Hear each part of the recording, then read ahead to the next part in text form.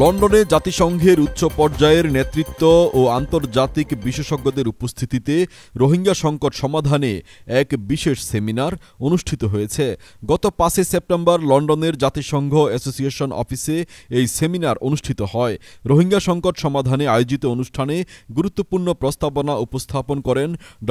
মোস্তফা হাজেরা ফাউন্ডেশনের প্রতিষ্ঠাতা ও পৃষ্ঠপোষক MS গ্লোবাল গ্রুপের চেয়ারম্যান ক্যাপ্টেন AK.M. গোলাম কিবরিয়া। এ সময় ক্যাপ্টেন গোলাম কিবরিয়া বলেন, রোহিঙ্গাদেরকে তাদের জন্মভূমি থেকে উৎখাত করা এবং রোহিঙ্গাদের অমানবিক নির্যাতন নিপীড়ন বিশ্ব মানবতার ইতিহাসে এক ভয়াবহ বিপর্যয়। এই বিপর্যয়ের দায় বিশ্বের ক্ষমতাসীন এবং নেতৃত্বস্থানীয় রাষ্ট্রগুলো কোনোভাবেই এড়াতে পারে না। রোহিঙ্গা জনগোষ্ঠী আজ অর্ধাহারে অনাহারে বিনা চিকিৎসায় ধুকে ধুকে মরছে।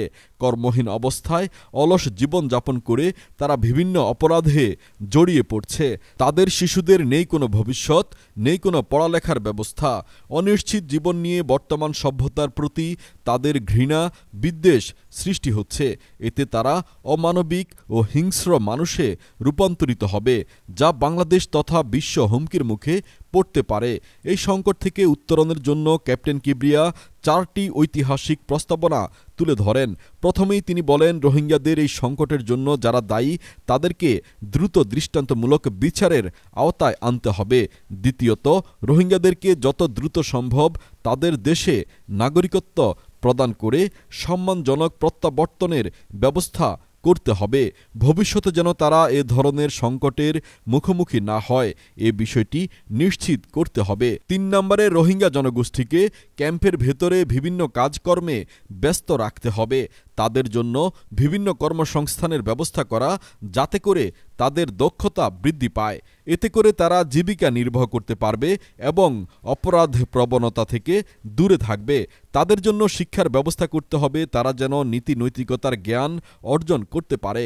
4 নম্বরে, রোহিঙ্গাদের তাদের নিজ জন্মভূমিতে ফিরিয়ে দেওয়া এবং তাদের স্বাভাবিক জীবনযাপন নিশ্চিত করার লক্ষ্যে বিশ্বের ক্ষমতাসীন ও নেতৃত্বস্থানীয় রাষ্ট্রগুলোকে ঐক্যবদ্ধভাবে কাজ করতে হবে। ক্যাপ্টেন কিবরিয়ার প্রস্তাবনা শুনে সেমিনারে উপস্থিত জাতিসংঘের কর্মকর্তাগণ একাত্মতা প্রকাশ করেন এবং ড. মোস্তফা হাজেরা ফাউন্ডেশনকে জাতিসংঘের সাথে কাজ করার আহ্বান জানান।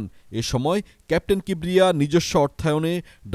মোস্তফা হাজেরা ফাউন্ডেশন জাতিসংঘের সাথে কাজ করতে প্রস্তুত বলে নিশ্চিত করেন এবং ফাউন্ডেশনের চলমান 5-0 পৃথিবী গড়ার অভিযানের কথা তুলে ধরেন। অনুষ্ঠানটি পরিচালনা করেন জাতিসংঘ মহাসচিবের কার্যালয় এবং UNRW এর প্রধান ইয়ান মার্টিন।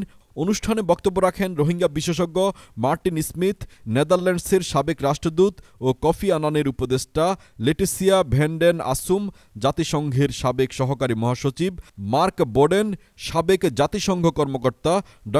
জেফ স্ক্রিপসহ আরও অনেকে।